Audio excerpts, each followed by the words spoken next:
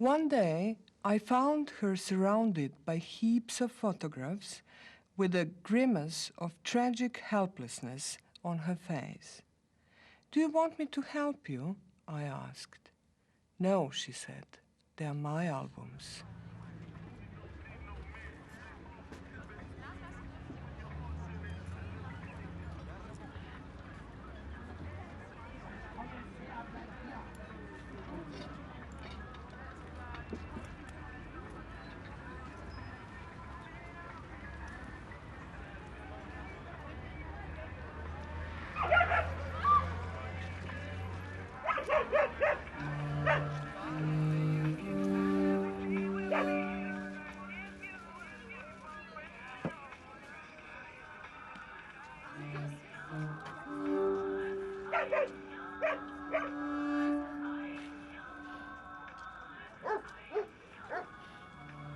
Such things, albums, family albums, private albums, they follow the idea of a beauty of common people. It is non-institutional beauty. And that's why somehow, maybe that's why I've chosen to talk about photography. And about family albums, not about photography in general, not about photography as art. Private photographs, not photographs which are concerned as art, or not documentary photographs, not war photographs, not photographs of towns. Landscapes, but of a people, common people. And that's why it is very moving. I mean, how common people, how they organize their private museums where they record their lives or their faces of their family. This is it. This is completely different. It's a home museum.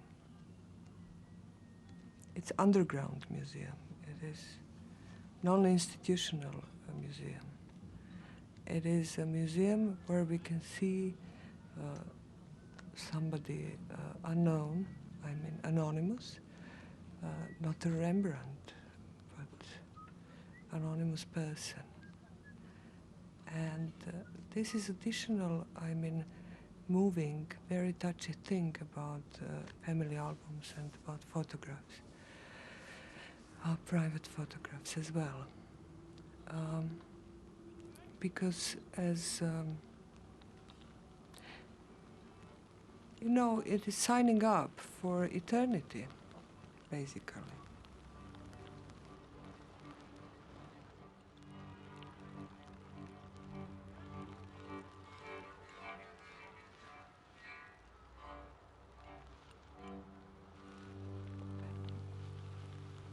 I mean, there is a certain magic about old photographs, and they seem to us eternal, not new photographs. The way people pose, they pose like in front of the painters of portraits, and all those pictures are very precisely organized. They are not snapshots of a moment. They are the way people stand, the way people pose, the way people are dressed, the way people look at the camera. It is a look prepared for eternity, for being shown one day to the grandchildren and great-grandchildren.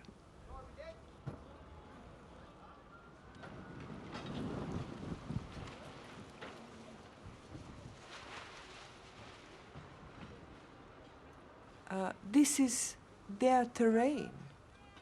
I mean, they can't write symphony. They can't paint beautiful pictures. They can't write beautiful novels or beautiful autobiographies.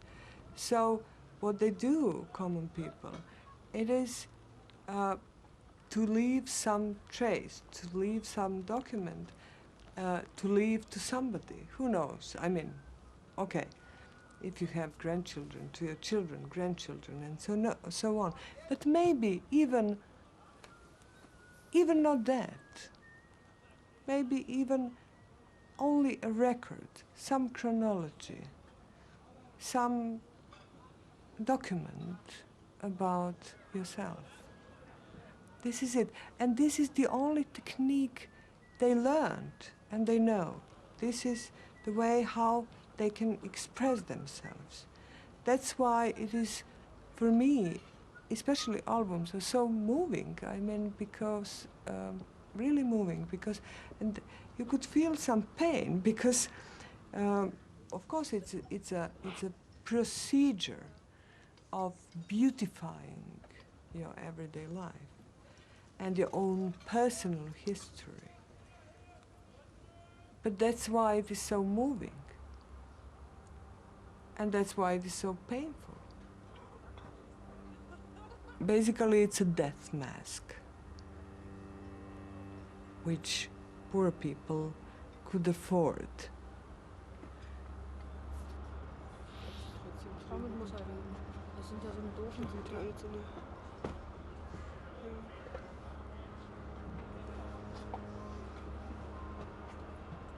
No.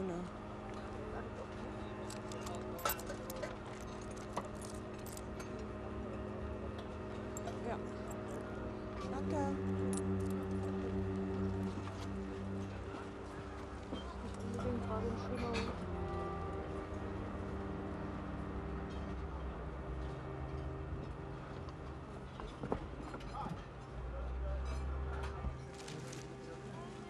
Wil je het niet hebben over de schoonheid en troost van je leven in Joegoslavië, voordat het land explodeerde? Wil je het niet hebben over wat je troostte toen je besloot in ballingschap te gaan? Over een gezicht misschien, een onbetekenende herinnering. Ja, wil je het niet hebben over het sprookjesachtige van de literatuur? We hebben gepraat over allerlei mogelijkheden, maar ze bleef bij die ene, het fotoalbum. Waarom we plotseling in Berlijn waren, op een vlooienmarkt, tussen de prachtigste rotzooi. Ik bedoel, hadden we haar verhaal al niet opgenomen in Nederland, in een studio? Het verhaal over het fotoalbum van haar moeder, die nog steeds in Zagreb woont. Was dat niet voldoende? Blijkbaar niet, want hier stonden we. Hier zocht Dubravka Ugrešic naar fotoalbums die haar misschien zouden doen denken aan het album van haar moeder. Ze zocht een half uur en vond er 2. Zo makkelijk gaat dat. 2 albums uit ontelbaar veel miljoenen. Waarover we in een naburig hotel nog wat zouden praten. Aangeschaft voor de prijs van nog geen gulden per stuk.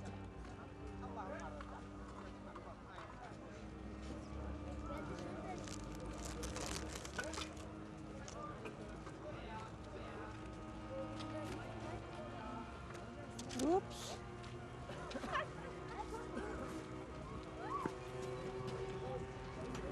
Danke schön.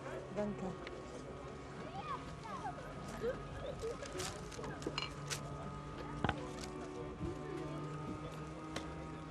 November, du bist so feucht und kalt mit deinen Starallüren. Die Sonne ärgert dich, aber es gibt Menschen noch, die mit lächelnden Mienen gehen durch den grünen Wald.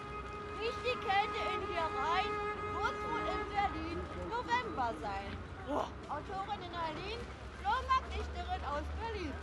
Von 16 bis 18 Uhr bin ich im Brooklyn, Oranienstraße, Ecke Adewert, im Öpis, der Getringener zum Morgenstern. I'm singing in the morning, my crazy song. Schließe die Augen und träume und denke meine eigene Welt. vergesst den ganzen Trabell und den Stress. Ist alles ganz schön verdreht und spiele meinen eigenen crazy Song. La la la la la la la la. I'm singing in the morning my crazy song. Diese Jagen und Träume und denk mir meine eigene Welt. Autorin in Berlin, Flohmarkt, Dichterin aus Berlin. Denn ein kleiner Flohmarkt in Berlin.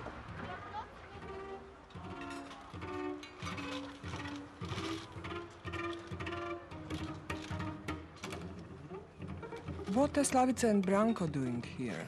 She says, taking the album from my hands and scrutinizing the photograph of a young smiling couple.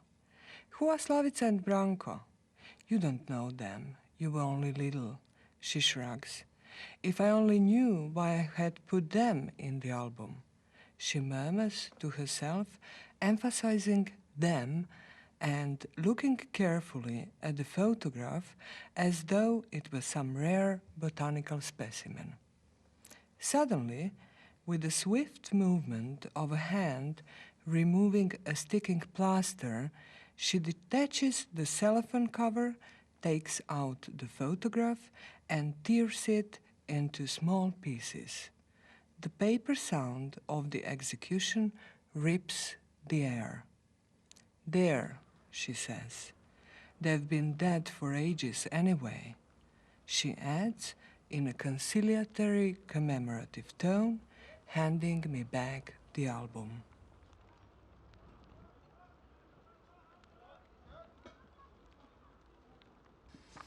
The beginning of this story is hidden in a lady's pigskin bag which she had brought with her along with a suitcase of a modest contents in that far-off year of 1946.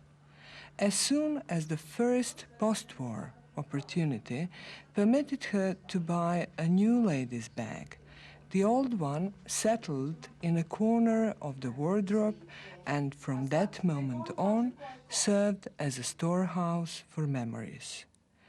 In my impoverished post-war childhood, deprived of things, mother's bag was a substitute for a non-existent cellar or attic, a doll's house, a toy chest.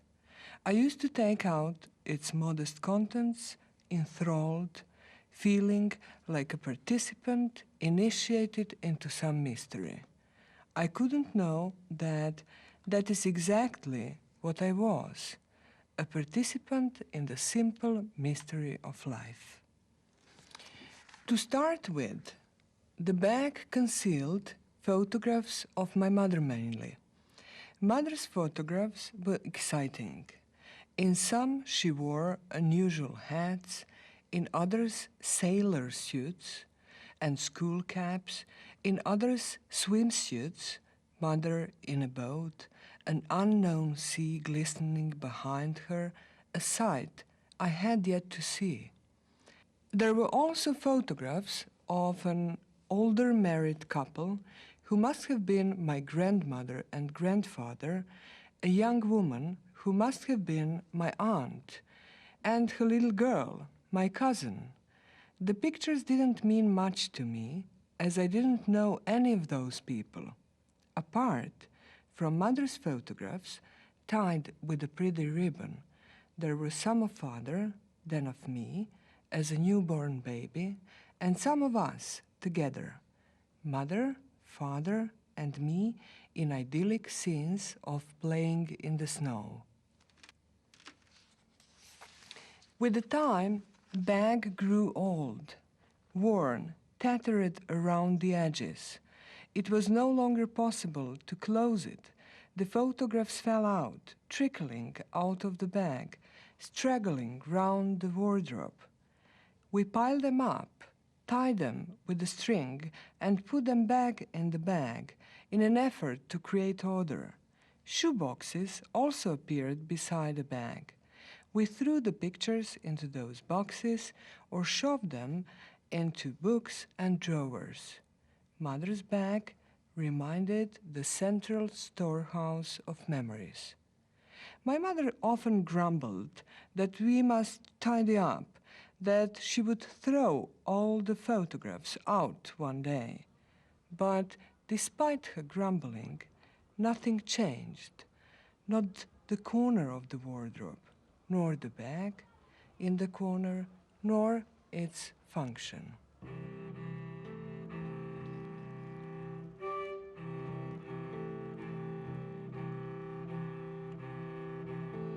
In 1973, my father died.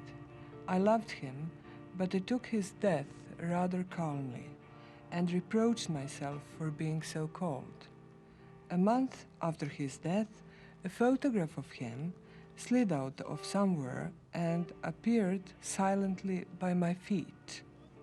A glance at that little picture, at that little silent fact, tugged at a thread in me, and I was shaken by a sudden, powerful sob, which took my breath away.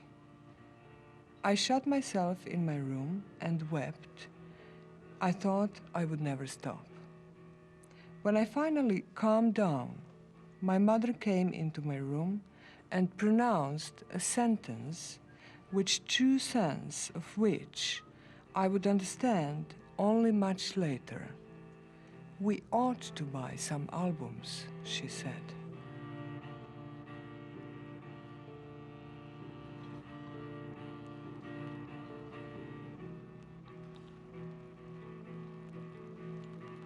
When I left my country, if I can say that, my country.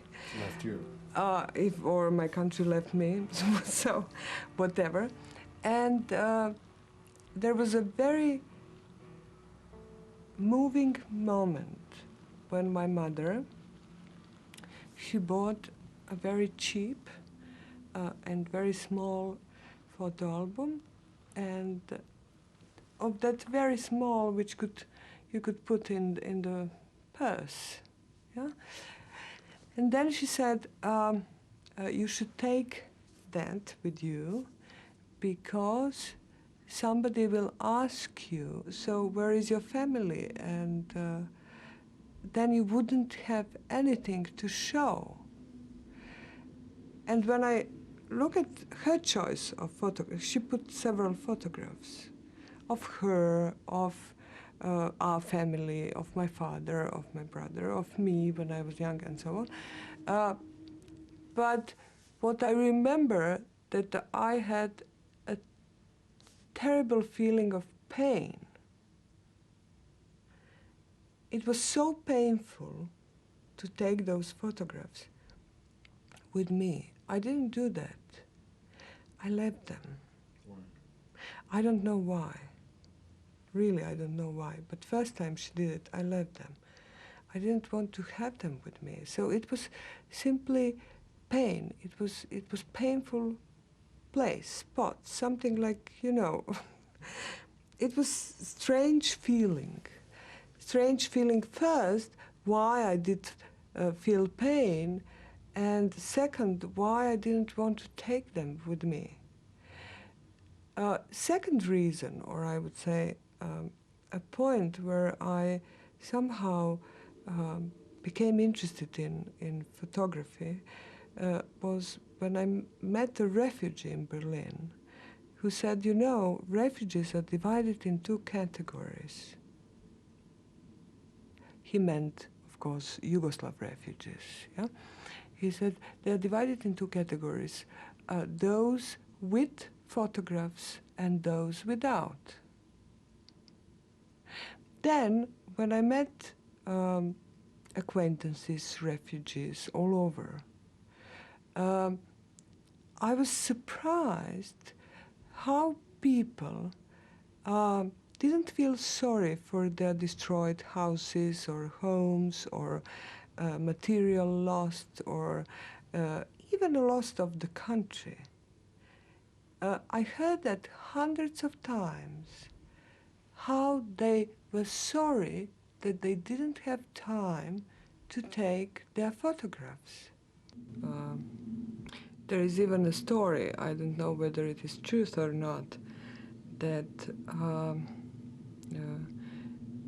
General Mladic, Serbian leader, general, who granated Sarajevo. So the story goes that he, from those hills which surround Sarajevo, saw the house of his friend. And then he found him. And he said, "You have 5 minutes to pick your albums and to run away, because I'm going to grenade your house." So in that sadistic statement of General Mladic, there is one thing. He said, "You have 5 minutes to pick your albums and to run away." So what he meant is you have 5 minutes to pick your memories, prove that you existed, and then I will grenade you, I will destroy you, because I'm anyway destroying lives, town, libraries, I'm destroying memory. Probably the basic thing why photographs are so important to people, like I mentioned, refugees who lost everything and who are now living all over, is that really photography is the proof that we existed. And this is the point, I mean, which was important for me. There I suddenly realized that we are surrounded with images, photographs, I mean, photo albums, they're all over. Somebody is taking photographs of us, we are taking of somebody. So we don't pay attention. And then there is a moment where suddenly that becomes a very, very important thing.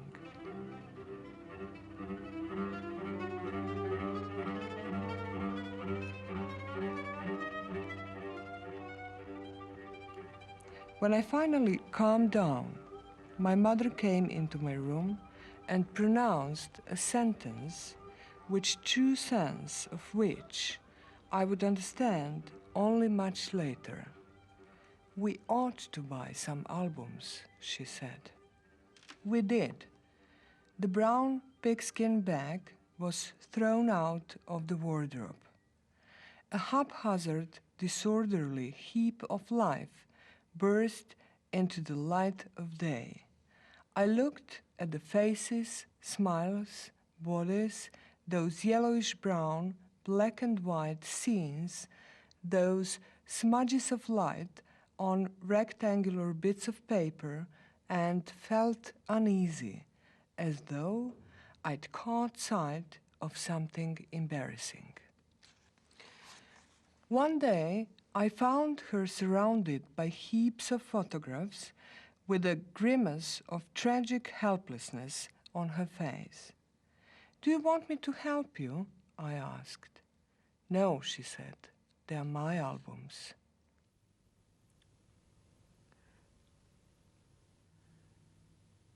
The pain, of course, the pain is my mother's albums. Because she tried, as any of those persons, I don't know. She tried to make some beauty, to make a life, to construct life story, to construct her family life, to leave something to her children, some record of herself. And this is very painful, this is very moving.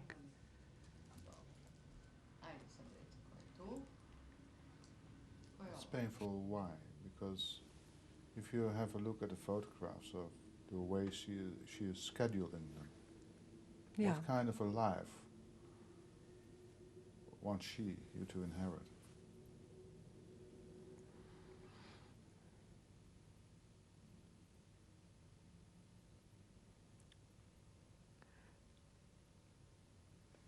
record which is much more beautiful than a real life, of course. This is the process of beautifying everyday life. Huh? There is a very nice Urlaub, Zomer, 58. So, now you have house. Ladies, two ladies rented the house. You have flowers in front of the house. You have, yeah, the proof that that flower really existed. It is not only photograph. Again, very nice they're posing. And this is that archaic principle as well.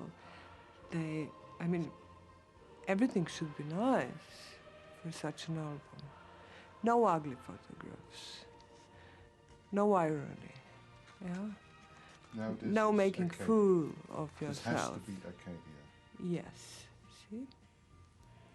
From 1958, even keeps the color. This is the old map of the place.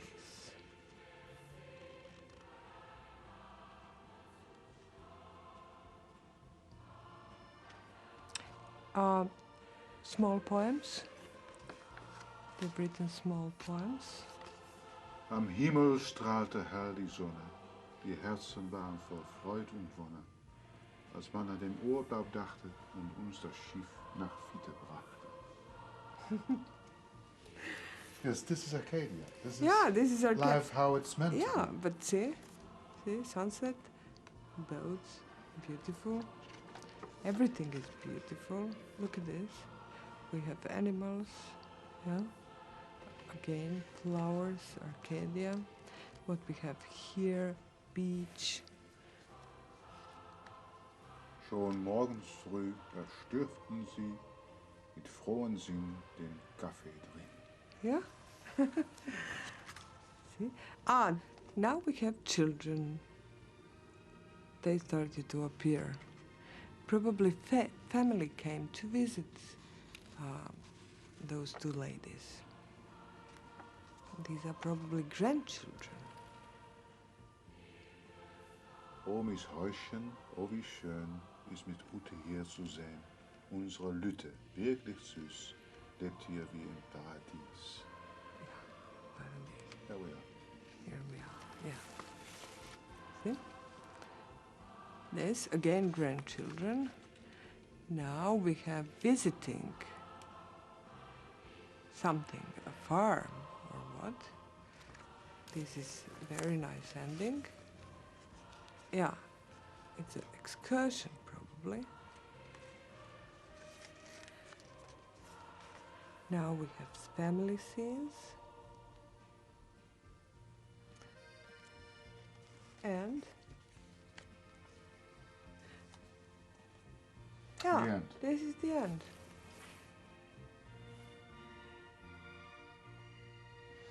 I leafed through the albums. They reminded me of the bag.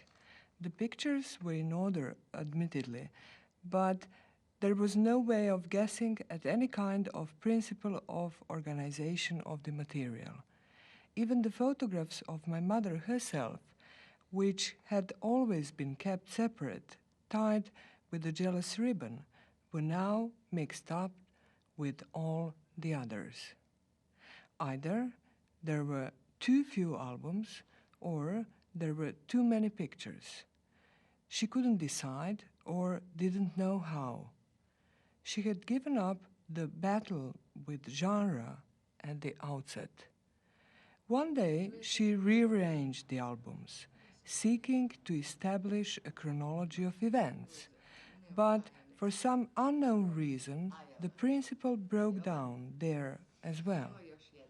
Within that flimsy chronology, she tried to establish some kind of hierarchy, but if she decided to erase the unimportant people from her life dossier, the smiling faces of an equally unimportant people would still be there.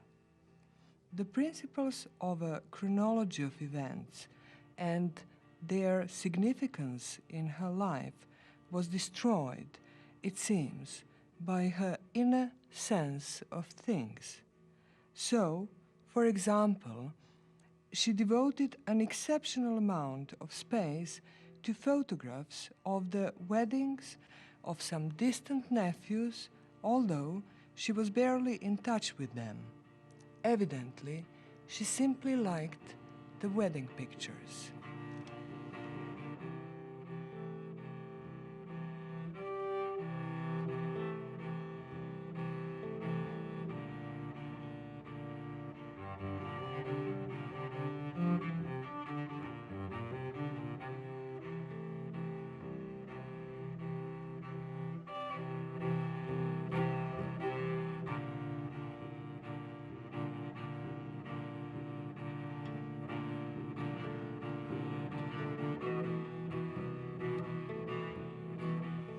Mother's albums, the way she set out the facts of her life, revived before my eyes an everyday life I had forgotten.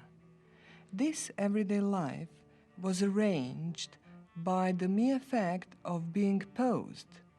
Then it was resorted through the selection of photographs, but perhaps just because of an amateur artistic impulse that the facts of life should be nicely arranged, it sprang up in the gaps, in the mistakes, in the method itself, touchingly authentic and alive. One of the pictures would reveal my little shoes with the cut-off toes and disclose the world of post-war shortages in which toes grew more quickly than the ability to purchase new shoes, a time of workers' union outings, speeches and flags, pioneers, miniature socialist spectacles reduced to the measure of the provincial town in which we lived, the celebration of 1st of May, children's fancy dress processions, which we called the Corso of Flowers. The picture shows me as a poppy. Thrilling pyramids of friendship, relay races, cross-country runs, family holidays. An unwritten history of everyday life emerged, which, judging by these pictures, so innocent and universal, could have taken place anywhere, but nevertheless did take place here. Once I noticed a little triptych in one of the albums, 3 photographs of her arranged next to each other. On the first, she could have been about 20, on the second, 30, and on the third, about 40. The most recent picture of her was off in the corner, outside the triptych. I've aged terribly, haven't I? No, I said, examining the photographs carefully. Covering a distance of some 10 years with each picture, her face certainly had changed. Its roundness turned into an oval, her big brown eyes grew smaller and became somehow slanted. Her full lips became flatter and lost their appealing pout. 2 lines by her mouth began in her 30s to turn downwards, and in her 40s there were already barely perceptible little pouches on either side of her face. By the most recent photograph, her mouth was visibly sagging sadly. No, I said again, closing the album. When I picked up the same album again, the triptych had been removed, the pictures rearranged, and the newest, the one with the sagging mouth, had disappeared forever. Your mother made up a story, Yeah, the photographs of her Yeah. life. of course, and now they are very valuable to me. For what reason? Because she made it up. Because she was my mother. She is my mother. I mean, and it is simply nice to look at those pictures. Why? Because they are mine. But Because they are this not is... the truth. It is a truth. I don't know anything about that truth. Because I don't remember her, and I couldn't, when she was a, let's say, young woman. I didn't appear yet at that time. And I see her beautiful photographs, how she was beautiful. Highlights of her life. I see what I have, what she prepared for me. Probably some, I mean, censorship worked as well. What is she trying to tell you by showing you those photographs? The same what she tried to tell herself. The same what will probably I try to tell myself. Some consoling story about myself. Don't forget, we are not putting ugly pictures into albums. And usually we are not keeping, I mean, ugly, not pretty pictures around us.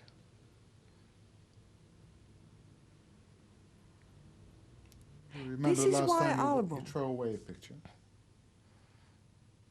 I don't know. Probably I did that job as well. Looking at yourself? Yeah, of course. What happened?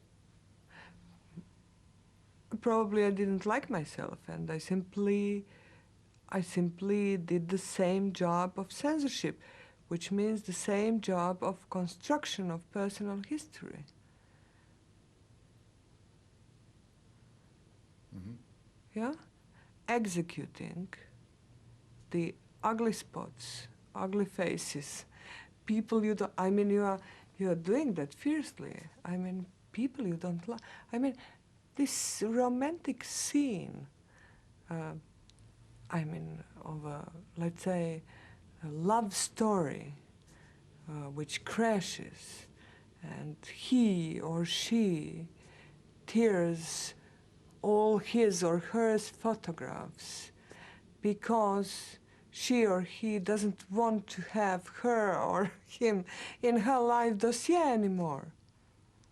So it's a symbolic act, yeah, and of love, and of photograph, of surrogate, of your beloved person, of that. I mean, there are so many stories connected with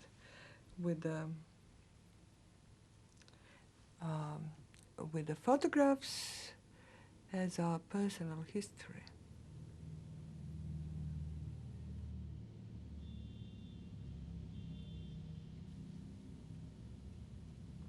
With the time, Mother did succeed in putting her albums in order. The one I liked the best contained the pictures she had brought with her in that far-off year of 1946. Liberated from its ribbon, the bunch of yellowish-brown photographs now spread through the album in all their patinaed beauty. Young grandmother and grandfather with the friends with striking features, family friends, Armenians, said Mother, gathered round a gramophone with a speaker like a giant lotus.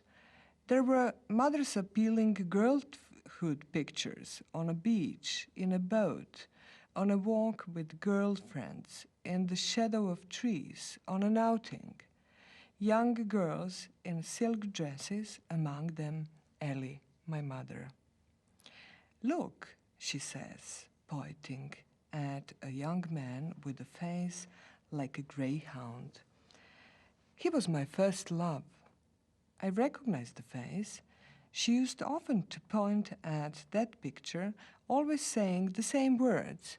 He was my first love. Who knows whether he is still alive, she says, stroking the cellophane cover with her fingertips as though it were a crystal ball.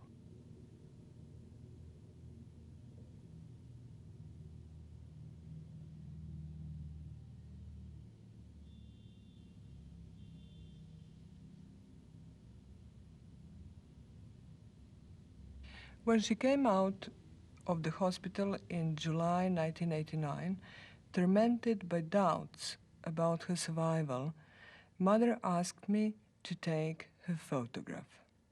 Through the little eye of the Canon automatic, I saw her hopelessly struggling to give her frightened face an expression which she would leave us, her children, as her last. I watched that inner effort to raise her sad, drooping face and drag a smile onto it, while, no matter how she tried, the effort resulted in one single, unambiguous expression which she could not see or know, a naked spasm of fear. Suppressing a surge of emotion hidden behind the camera, I struggled between the wish to do what she asked and the terror that, if I did, the picture really would be her last. "That's it," I said, pressing the shutter. Chance had the last word. There was something wrong with the camera, and Mother recovered. Then I still had that American Canon camera, it worked. Why wouldn't I take her photograph? And I immediately understood what was her thought. She wanted to leave us her last image. And it was terribly painful for me to do that. And really, what happened, something was really wrong with the camera, and I couldn't take that picture. And my mother really recovered. And I had exactly that fear, that it is much better not to take her photograph. So, but that was a moment of probably,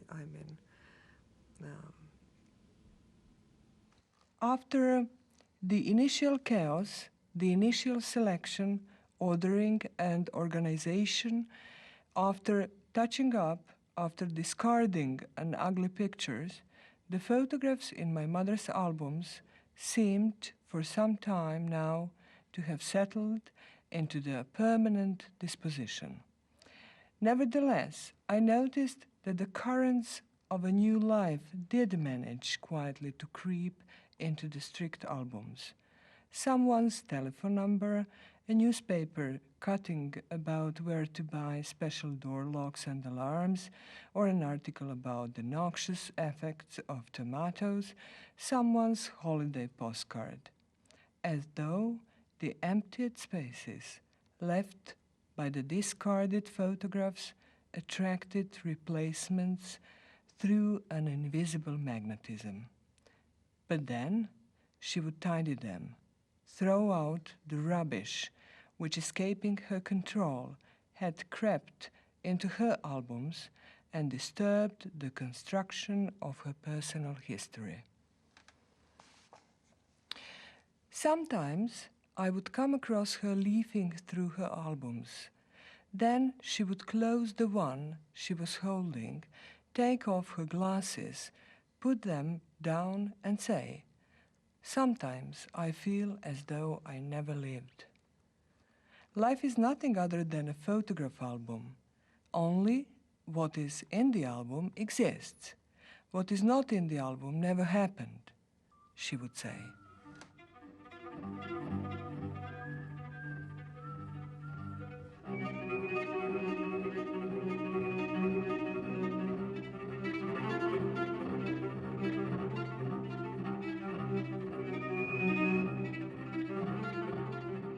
deals equally with mortality, because it is one moment which is frozen, which is fixed, which is stolen, which is caught from you, but as well with immortality as well, because it is meant to be immortal.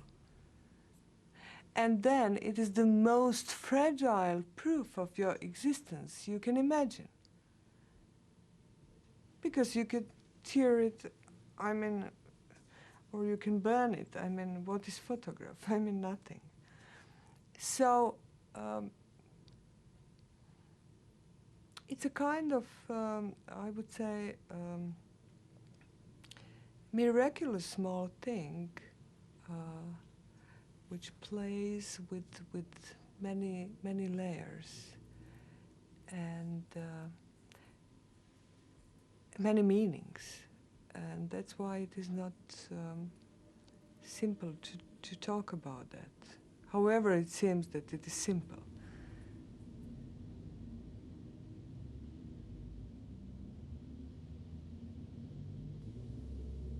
In 1991, after the definitive collapse of the idea which was for my father the future he had been fighting for, after the disintegration of the country which had been kept together by the same idea, Mother gathered my father's old medals for brotherhood and unity, for devoted work in the building of socialism, into a heap, put them into a plastic bag as though they were human remains, saying sadly, "I don't know what to do with them. Why don't you leave them where they were? What if someone finds them?" I said nothing. "You take them," she pleaded.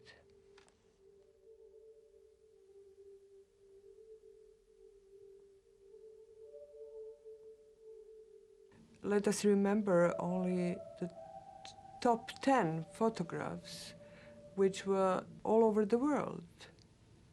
Yeah?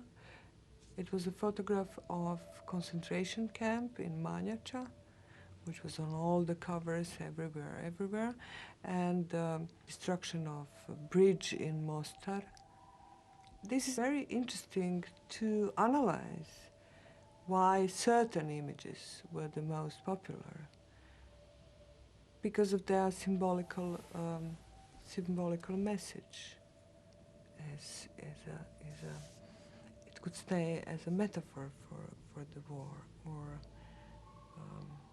destruction of an old bridge, and so on and so on. And probably all kind of manipulations, all kind.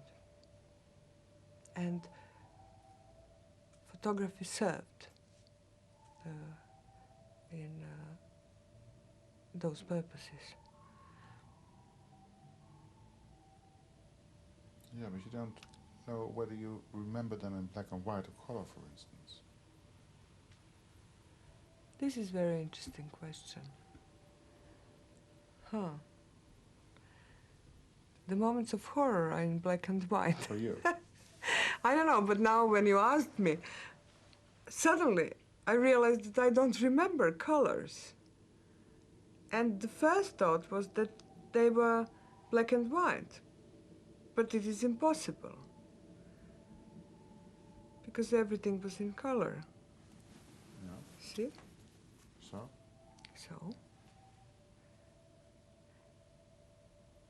So, it could have something that I'm pushing the recent experience to some past. That's why I decided that it should be in black and white. It was before the Second World War. Yes, it was a long time ago. I was not present. Yes, see how it works.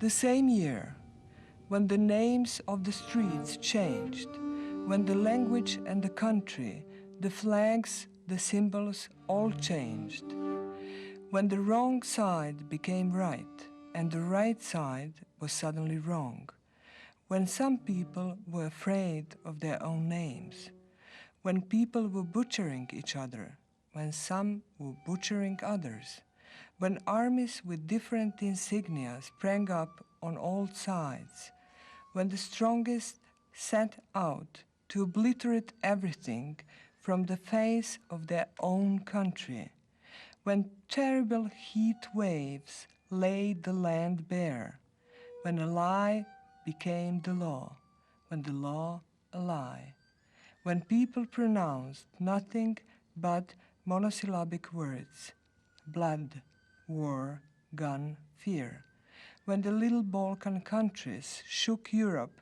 maintaining rightly that they were its legitimate children, when ants crawled out from somewhere to devour and tear the skin from the last descendant of the cursed tribes, when old myths fell apart and new ones were feverishly created, when the country she had accepted as hers fell apart, and she had long since lost and forgotten her first one, when she was seared by heat in her flat as it radiated from the baking concrete and the concrete sky, when the panic-stricken light of the television flickered day and night, when she was racked by the icy fever of fear, my mother, despite everything, kept tenaciously to her dogged ritual visits to my father's grave. I believe that it was then that she looked for the first time at the moist gravestone and suddenly noticed the five-pointed star, although it had always been there, at her request. And perhaps, for the first time, she had the thought, feeble and exhausted as she was, that it might be possible to paint out the five-pointed star carved into the stone, and then she thrust the thought aside in shame and kept the photograph of my father in his partisan uniform in the album as her own. It was as though it was then, suddenly confronted with the little star above my father's name, that she really accepted her own biography as well. When she got home, she sat down in her baking flat as in a train. She sat there with no defender or flag, with no homeland, virtually nameless, with no passport or identity card of her own. From time to time, she would get up and look out of the window, expecting to see scenes of the war-destroyed country, for she had already observed such scenes. She sat like that, in her flat, as in a train, not traveling anywhere, because she had nowhere to go, holding on her lap her only possessions, her albums, the humble dossier of her life.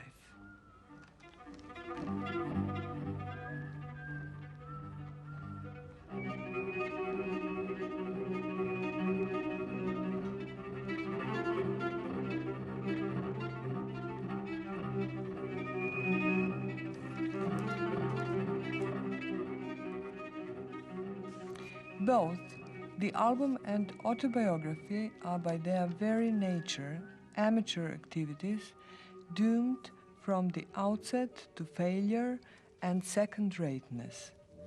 That is, the very act of arranging pictures in an album is dictated by our unconscious desire to show life in all its variety, and as a consequence, life is reduced to a series of dead fragments. There is only one thing that both genres can count on, but they never do count on anything because calculation is not in their nature, and that is the blind chance that they will hit upon the point of pain. When that happens, and it rarely does, then the ordinary amateur creation emerges victorious on another non-aesthetic level, turning even the most splendid artistic work to dust. In literature, such a work is an object of envy only for real writers. Namely, such a work has achieved with divine ease what they, for all their efforts, will never achieve. Both the album and autobiography respect the subject they are concerned with. The subject is so personal, how could it not be respected? Compiling an album and autobiography are activities guided by the hand of the invisible angel of nostalgia. With its heavy, mournful wing, the angel of nostalgia brushes aside the demons of irony. That is why there are hardly any comic albums, ugly photographs, humorous autobiographies. It is in these most sincere and most personal of all genres, the album and autobiography, that the Caesars of censorship are most assiduous.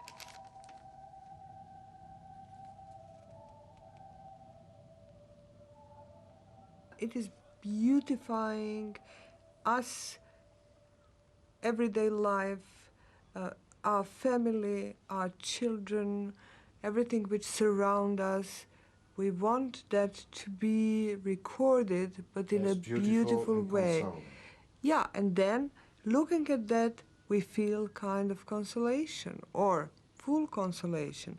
Yes, you can tell somebody, these are my grandchildren, that was me when I was young, this is, I don't know, my friends, my husband, I don't know what. Or this is the moment when I visited Schwarzwald and so on, and we had nice, happy vacation and so on. Yeah, it's very ambiguous. It's a beautiful lie. Maybe.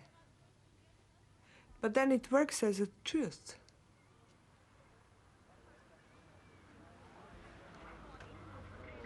Finger weg, ist privat. Das ist kein Münzalbum, das ist das Ding von der Flohmarktdichterin. Das ist mein Denken, mein Bauch da drin. Aber du kannst auch schreiben oder ein Gedicht sagen, wenn du willst. Aber nicht meine. Aber das macht ja nichts. Okay, bye bye. Some time ago, I myself bought an album, an elegant one with a nice brown pigskin cover, which I had been trying to find for a long time. A little while ago, I picked it up. Leafing through the pages, I stopped at a photograph of myself.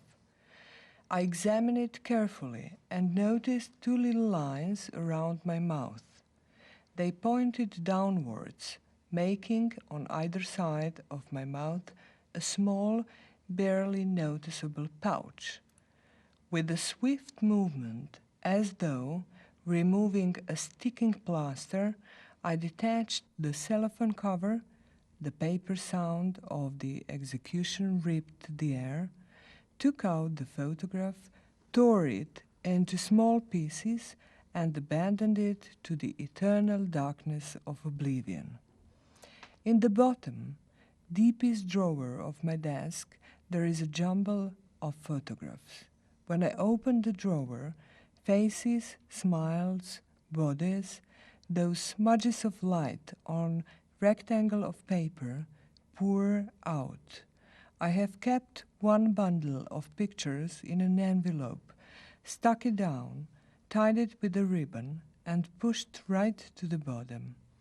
From time to time, looking through my things, I come across it, I touch it, I feel the pain with the tips of my fingers, and I know that it is not yet time to open it.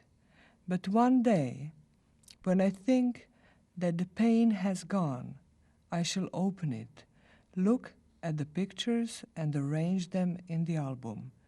I shall select them carefully, arrange them meticulously, taking care that there should be no mistake.